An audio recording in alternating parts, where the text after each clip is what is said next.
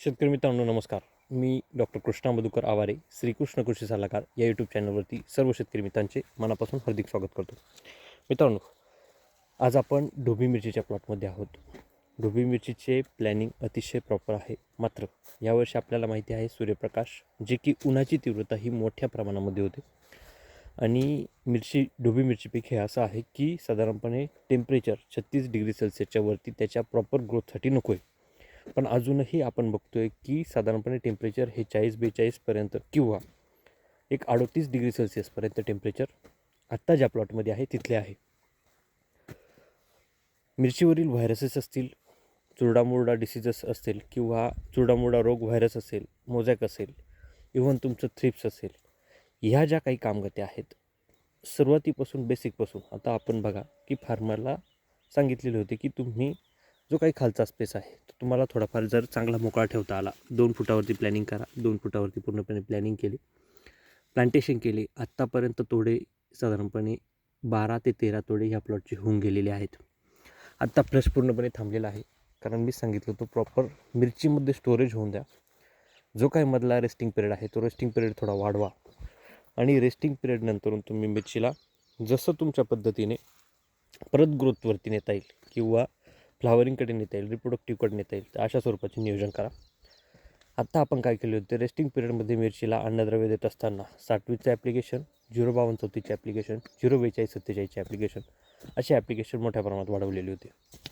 त्यानंतरून साधारणपणे रेस्टिंग पिरियडमध्ये आपण 4 ते 5 ॲप्लिकेशन असे मोठे दिले, बल्कमध्ये दिले. रेस्टिंग पिरियड झाल्यानंतरून आपण मिरचीला पुन्हा फ्लावरिंग रिजनरेट करण्यासाठी कॅल्शियम नायट्रेट, मॅग्नेशियम नायट्रेट व त्याच्यामध्ये लिग्नोफट, कॅल्शियम अमोनियम लिग्नोसल्फोनेट किंवा ॲक्वाचिल, तुम्ही ॲक्वाचिल देखील तिथे घेऊ शकता. ॲक्वाचिल साधारणपणे जर बघितले तर ॲक्वाचिल 500, लिग्नोफट एकरी 2 लिटर याप्रमाणे ॲप्लिकेशन दोन्हीपैकी कुठले तरी दिले.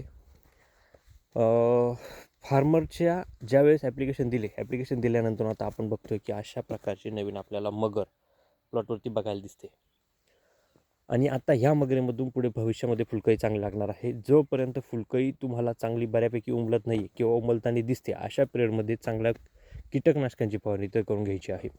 कीटकनाशकांची फवारणी घेत असताना आपण सिमोडिस आणि बायो 999 याचा एकत्रित फवारणी घेतली आणि ज्या साईडला आता एक ठिकाणी शेतकऱ्यांनी बायो 999 आणि सिमोडिस एकत्र घेतलेलं होतं, एक ठिकाणी सुप्रीम नंबर 1 आणि सिमोडिस एकत्र ॲप्लिकेशन घेतलेलं होतं. ज्या ठिकाणी बायो 999 आणि सिमोडिस याची एकत्र फवारणी केलेली आहे त्या ठिकाणी अतिशय सुंदर असे थ्रिप्स नियंत्रण दिसत आहे. आता आपण ज्या साईडला आहेत त्या साईडला बायो 999 आणि सिमोडिस एकत्र फवारणी घेतलेली होती. बाकीच्या दुसऱ्या साईडनं शेतकऱ्यांनी तिथे सुप्रीम नंबर 1 आणि सिमोडिसची फवारणी घेतलेली होती. परिणामी आज असं मला प्लॉटवरती आल्यावरती असं दिसतं आहे की मॅग्नीजची डिफिशियन्सी मोठ्या प्रमाणात आहे. लक्षात घ्या, अन्नद्रव्य ही कुठल्या अवस्थेमध्ये, कुठल्या स्टेजमध्ये, कुठल्या वयामध्ये प्लांटला आवश्यक आहे हे ज्या शेतकऱ्याच्या लक्षात येईल शेती करणं अतिशय सुंदर आणि सोपं जाईल किंवा सोपं जाईल. त्याच्यामुळे नियोजनामध्ये आता हे बघा, इथून इकडे प्लॉट आपल्याला थोडा गोळा दिसतो आहे. या साईडला सुप्रीम नंबर 1 आणि सिमोडिसचा आपण एकत्र स्प्रे घेतलेला होता आणि इकडे पूर्णपणे तुम्हाला आपण सिमोडिस आणि बायो 999 एकत्र फवारणी घेतलेली होती. मित्रांनो, त्यानंतर व्हायरसेस, विषाणूजन्य रोग, जेमिनी व्हायरस असेल, लीफ कर्ल मोझॅक असेल, पपाया मोझॅक असेल, कुठल्याही प्रकारचा मोझॅक व्हायरस असेल तो नियंत्रित ठेवण्यासाठी 100% तुम्हाला अँटी व्हायरल प्रॉपर्टीज असलेले कुठलेही चांगले कॉम्बिनेशन जे की मार्केटमध्ये उपलब्ध आहे त्याची आवश्यकता असते.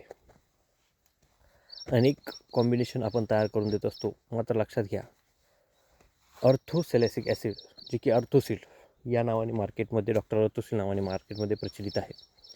जर साधारणपणे 15 दिवसाच्या अंतराने 2 फवारणी जर तुम्ही घेत राहिले आणि त्यामध्ये ट्रायकंटिनॉल जर अशी एकत्र फवारणी जर घेत राहिली तर 100% मालावरती शायनिंग, चकाकी, लस्टर वेगळ्या प्रतीचे येते. त्याचप्रमाणे मालाच्या खालच्या बाजूने असे पूर्णपणे चौरस हे 4ही टोके तुम्हाला चांगली बघायला भेटतात प्रत्येक मालाला आहे आपल्या. दुसरं महत्त्वाचं, मालावरती शाईन, चकाकी. लक्षात घ्या, ज्या शेतकऱ्यांना मालावरती शाईन, चकाकी आवश्यक आहे, पिवळ्या पाना नको आहे, हिरवे जरद पाना पाहिजे, जी काही मिरची आहे ती बल्कमध्ये पाहिजे, आतमधनं थोडंफार वजन कमी आलं तरी चालेल, पण बल्कमध्ये असायला हवी, मोठी असायला हवी, मार्केटमध्ये चालणारी असायला हवी, दिसायला चांगली असायला हवी. त्या ठिकाणी कॉम्बिनेशन घेत असताना जे की किकॉन येत असतं कॉम्पोचे, ते 20 मिली, चिलेटेड कॅल्शियम 200, मेगाफॉल किंवा सीवीड कुठल्याही प्रतीचे 500 व त्यामध्ये परत तुम्ही चिलेटेड बोरान आणि 22 यासारखे बुरशीनाशक घेऊन जर फवारणी जर केली तर मिरचीवरती चकाकी लस्टर फार वेगळ्या प्रतीचे येत असते आणि मिरचीमध्ये जो काही कलर आणि मिरचीचा जो शेप जो प्रॉपर पाहिजे तो शेप देखील इथे सुंदर येत असतो. मित्रांनो, मिरची पिकामध्ये नियोजन करत असताना अनेक गोष्टी फार महत्त्वाच्या आहेत. तुमचं स्पेसिंग असेल, प्लांटेशन असेल, row to row distance, plant to plant distance, ह्या प्रत्येक गोष्टी फार इम्पॉर्टंट आहेत.